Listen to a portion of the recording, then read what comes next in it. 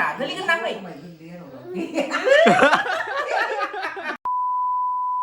गासिबो फट' सट' आंनो खेबना होजोबो भिडिअ लाजोबो दिम्पोल जालायनाय पनिर आलु दालि खान्थाल मैखुन ना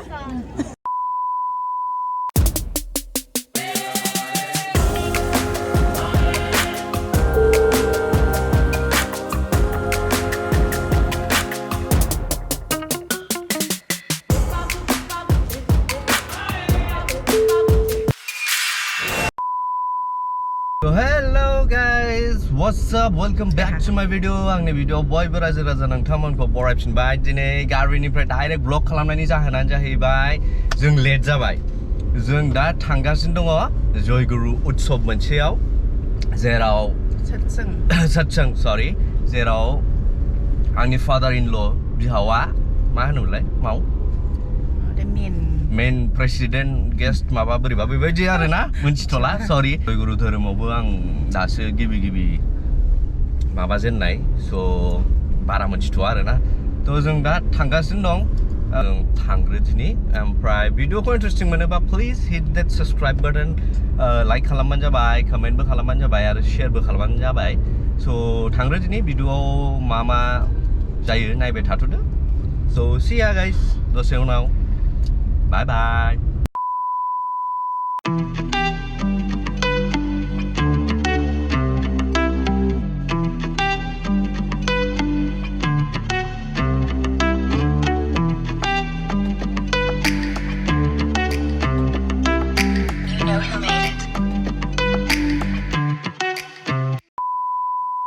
Hey guys, so DOOBOO बुनायखाय जों ब्लगखौ बांद्राय बानायथ'ला रायलायबा डिस्टार्ब जायो होनना सानना फैगासिनो दंमोन आरोना स' जों दा पार्कआव बारफैबाय जेराव जोंना साहित्य सभा जादों शर्टफोरखौ जेबो लानाय जायासै जों एसे राशआवबो दं नालाय स' बेखौ जेबो खेबासै जास्ट ओमफ्राय माखासे ओल्ड मेम'रिज रिकल जाबोदों आरोना लामा मानो होनबा बै टाइमाव आंनि फार्स्ट बर' सिनेमा जेला सोलोंजेननाय नामाव आं जेला मावदोंमोन मा होनो समनि फाखनाव थैनि बाना बेनि मोनसे पार्कआव बिल्डिं दंमोन जेराव एक्ट्रेसनि न' बानायदोंमोन बेफोर जायगाखौ नुबोबाय आरो दा सेरफांगुरिथिं थांगासिनो दं जेराव मेन लकेशनमोन प्रडिउसार जेनेबा जोंना हरिनिफ्रायनोमोन सनजित दामोन नामफोरखौबो बावलायलांबाय बिराद बोसोर जाबाय स' बेफोर मेम'रिखौ रिकल खालामनानै मिमिजों रायलायबोगासिनो दं आरो ओमफ्राय बे लामायाव फार्स्ट टाइम आरो ना मिमिजों आंजों बे हाइवेआव ओरैथिंजाय फार्स्ट टाइम जों टुगेदार जों फैगासिनो दं आरो स' जों डाइरेक्ट उत्सुबाव थांनानै शर्ट्सफोरखौ लाहैनोसै जेबो भिडिअथ' खेबनाय जायासै दुबाबो उन्दुबाय डिस्टार्बबो मोनगोन मानसि स' थाबाय थादोथ' भिडिअ एन्ड हप नोंथांमोना मोजां मोनगोन बाय बाय सिखारबाय हेले सिखारबाय नों नायलाय आंखौ नायलाय फै गारि सालायनो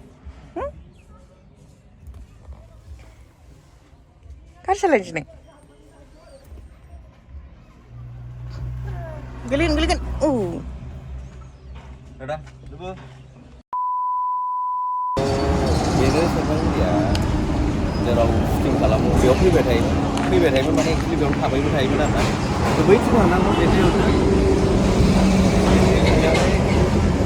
गामि सिंनि लामा दं आरो बे सिङावनो गामि दं बे सिङावनो जायोमोन दा जों बन्द' लाखिना साहा लोंबाय उदैखौ एसे बन्द' जाबाय स' जों थांदो दिनै डेस्टिनेसनाव गोबाव जाबाय स' सिया बाय बाय DOOBOO बाय बाय चिरियाका गस्ला ओके गाइस सफैबाय सातसांआव लोगो हमहैसै आबौ आबैखौ बोखायसै दिस इज पार्किं प्लेस पुरा पार्किं जोब बेयाव गासिबो पार्किं जोब ओरै पार्क खालामजोबदों पेन्डेला बैयाव जागासिनो दङ दा मा जायो मासिबां मा जायो आंबो बारा मोनथिया स' लोगो हमग्रो दिनै थांग्रो दिनै नायहैग्रो दिनै ओमफ्राय शर्ट्सफोर माबा मोनसे मोजां देखायनो हायोबा रायजो राजा नोंथांमोना देखायनोसै अके खोनादोंना खोनायाखै बाट जाबाय ओके मामियानो मामि नुवा ससमा हमनांगौ जायो ससमा हमनो बाबाबो खानिया देलायनो लुगैयोना बोरायबो बुरिबो खानिया ना DOOBOO सान्दुं गोसा आबै आबौखौ नायनोसै आबै आबौखौ बाबाना मा रलमोन दिनै बेयावबो स्पेसिफिक मोनसे रल दंमोन ना नोंना दिनै president Ada di luar presiden. Satsangआ मा बेयाव मा जादों? सत्संगआ बे KACHUGAON सत्संग केन्द्र जोंहा बे 135तम श्री ठाकुरनि जन्म महोत्सव उन्दै जायो बे KACHUGAOआव दिनै जों बेखौ फालिदों फुंनिफ्रायनो प्रार्थना बेनिफ्राय रेलि जि खालामदों प्रसेसन बयखौ लानानै ओमफ्राय धर्म सभा जाबाय दान मातृ सन्मिलन जाबाय दं जोंहा भान्डारा माने जानाय लोंनायबो सोलिदों मेडिकेल केम्प दं बैथिं नुनायफ्रा बिसोर मेडिकेल केम्प आरो एक्जिबिसनबो दं बे आरोखि बै प्रसेसननिनो मोजां आरो खाबुखौ लाना सोलिनांगौ बयबो जजन एक्टिभिटि बयबो बेयाव जाति धर्म बर्ण खाबु लानानै मोनसे आदर्श लानानै जों सोलियो मोजां बयनिबो थाखाय मोजां बिइं एन्ड बिकामिं एन्ड आपहल्डिं द एक्जिस्टेन्स थांना थानाय आरो जौगानायनि थाखाय ठाकुरनि आदर्श सोलिबा अनेक मोजां सोलिना दा बयबो बेयाव फैनानै माने मानसिफोरा लामा मोन्दों ठाकुरनि आदर्श सोलिनो लामा आसा जोदोनाव सोंनो हायो जेरैबो सोंनो हायो देवघराव थांनो हायो उत्सबा जेरावबो सोलिबाय दं दा जोंनि KACHUGAOआवबो बे उत्सबा जाबाय लांदां जायगा हाइरड सेरावनो मोजां फैनो नागिरनो फैनो जेबो गैया आरो गोदान मन्दिर बे बारा बावाखै 2012आव जों बेखौ अपेनिं खालामदोंमोन प्रथम केन्द्र बे भबिष्यतआव बे शिब मन्दिर जानायनि आसा दं बे जाहैगोन आरो डेभेलपमेन्ट बेनो जायगाखौ मोजां मोनो जों एसेयानो थेंक इउ बाबा इनफरमेसननि थाखाय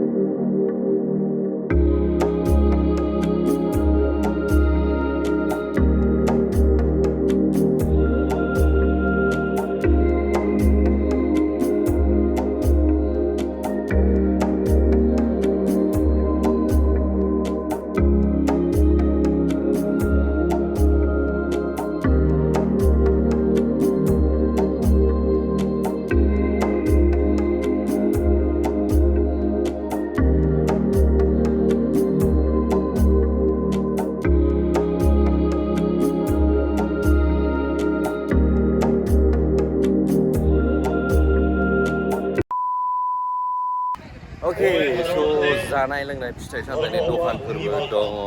ठाकुरनि पिक्चार्सफोरनिबो दखान दङ गथ'फोरनि थाखाय गेलेग्रा बुस्थु फाननायबो दंसोयो आरो स' बेफोर दंथ'यो ओमफ्राय दा मा होनथ'बावनो जेबोथ' नलेजआनो गैयाबा गोब्राबलै भिडिअ बानायनानै खोन्थानो स' दुबुआ बेलुनबाय बा दुबु बेलुन मोनबाय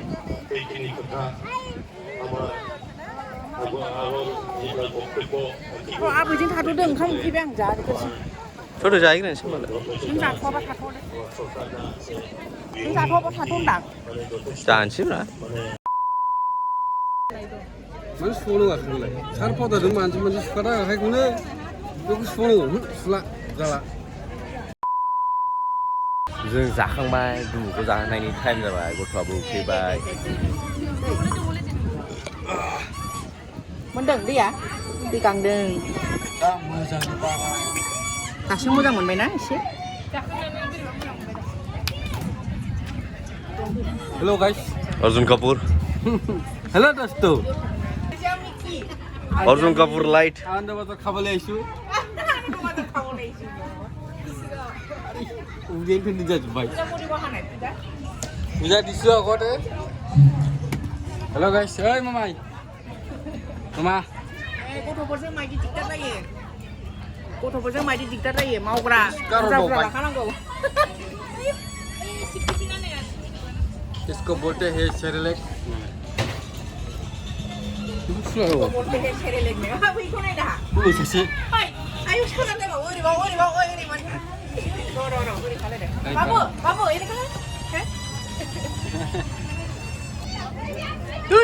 खेबसे सोर मोसाबा हामगौमोन दुबु रुम्बाफ्रा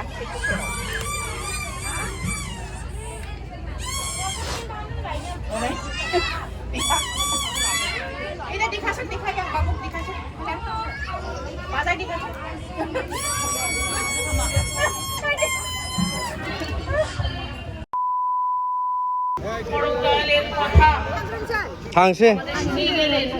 सिखारनो बानाया ओरै जाहरबाय थाथारबाय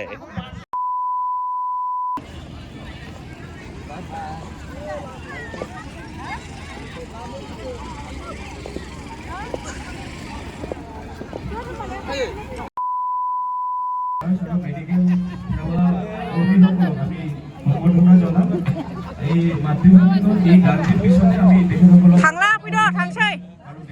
फैदो थांसै उन्दुंखारबाय थांला फैदो एलाय गाबोन लोगो मोनगोन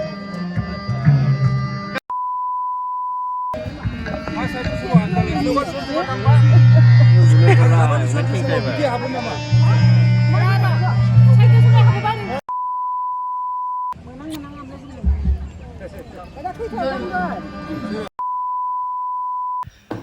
Hey guys, जों सत्संनिफ्राय फैबाय क'क्राझाराव सफैबाय ओमफ्राय जों लोगोआव फैफादों आइखौ दोनफैग्रोबाय आइखौ दोनफैनायनि नामावनो जों दा नोंसिनि लेखा साहा एसे लोंनानै ओंखारलांफिनसै गाबोननि एसे प्रिपारेसननि खामानि दं फिसा फिसौआनो इसिबां गिदिरबो माबा नङा नालाय स' बेफोरखौनो एसे कन्टेक्ट नागिरदों मेबि आं बिमाजों दुबुजोंखौ दोनहैनानै ओंखारफिनगोन हयथ' नङाबा साहाखौ लोंग्रोनानै बेखौ डिसाइड खालामसै ब्रेन खामानि गोथावा जाथ'दो एसे मेंनाय जादों स' लोगो मोनलायगोन A few inches later. Oh, मा जाखो बा? ini lại đâu này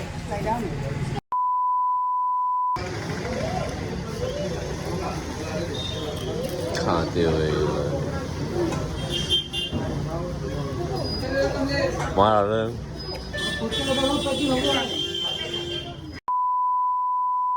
İstihası.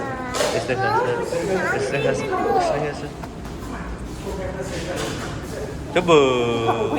Mama. Mày đừng hài kém con thân mẹ. Six time, no what?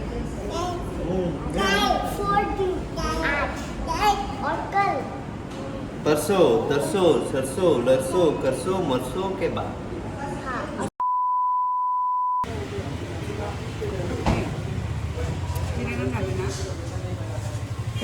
밤 잘래 보지 왜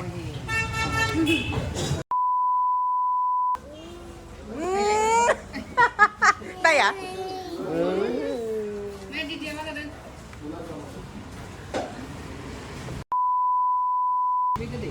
그리고 이제 Cái hả? đây là cái đầu đúng rồi Itu. cái bộ này Itu. One more.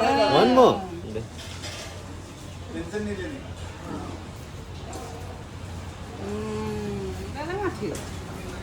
đây cái đầu đừng đi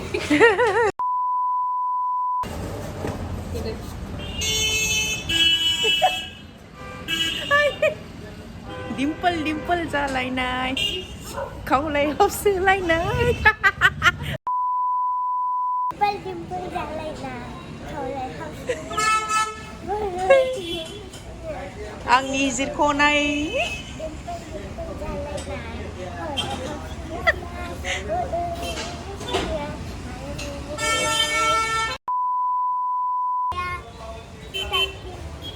cha chị xỉ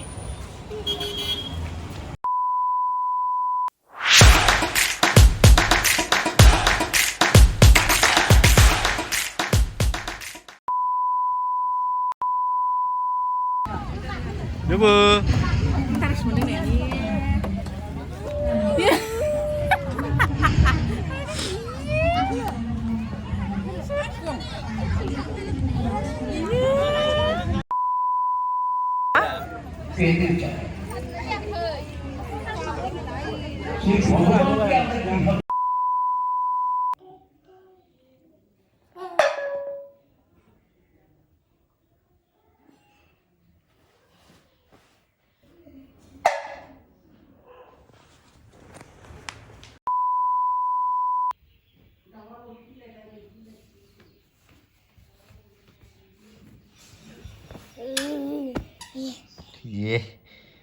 दुम गरिले बाबा